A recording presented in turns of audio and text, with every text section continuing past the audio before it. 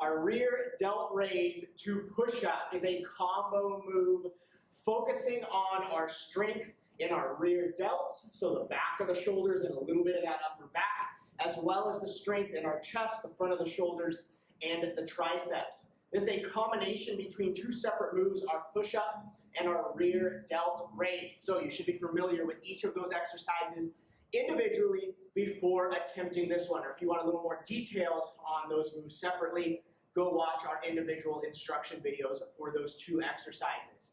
We're going to hop right into it though. We'll be starting on our knees. You can progress this push-up. You can do these push-ups on the knees or the toes. However, that rear delt raise is always going to be on the knees. So we're going to come down onto those knees, place those dumbbells at our sides here, kind of right in front of the knees.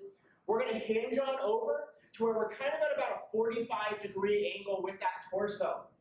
We're going to grab those dumbbells, and we're not going to perform a row here. So remember, that row is where we're bending those arms, pulling those elbows up nice and high. This isn't a row for more of the upper inner back. This is more of an exercise for the rear delt. So we're going to kind of keep those arms fairly straight as we come out at an angle here, squeezing those rear delts at the top. So come down, grab those dumbbells, back nice and straight, coming up, squeezing those dumbbells at the top, dropping them back down to that starting point right in front of the knees, and then we're going to hinge on over into that push-up, either on the knees, just like this, coming forward, coming down into that push-up, or you can do it on the toes by hinging over, lifting those knees up off the ground, coming down into that push-up, and then sitting back onto the knees as you come back to that rear delt raise. So sped up a little bit here.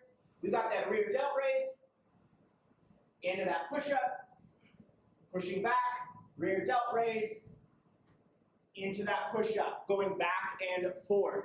Most common mistakes are made on this exercise. Number one, with that rear delt raise, there's two of them. The first one, most commonly, is turning it into a row. So what that looks like is coming up like this, going into that push-up, coming up like this. Remember, this is that rear delt raise, so we want those arms to stay fairly straight as we come out and back like this in that movement instead of pulling up. So that's the number one key thing to remember. Rear delt raise, bent row. We're not doing that bent row. We're coming backwards, squeezing those rear delts. Another big thing to remember on this exercise, number two for this one, is keeping a fairly straight torso and making sure we're hinged over. So we don't want to be rounding the back like this throughout that movement. We want to keep it fairly straight, and we don't want to be upright.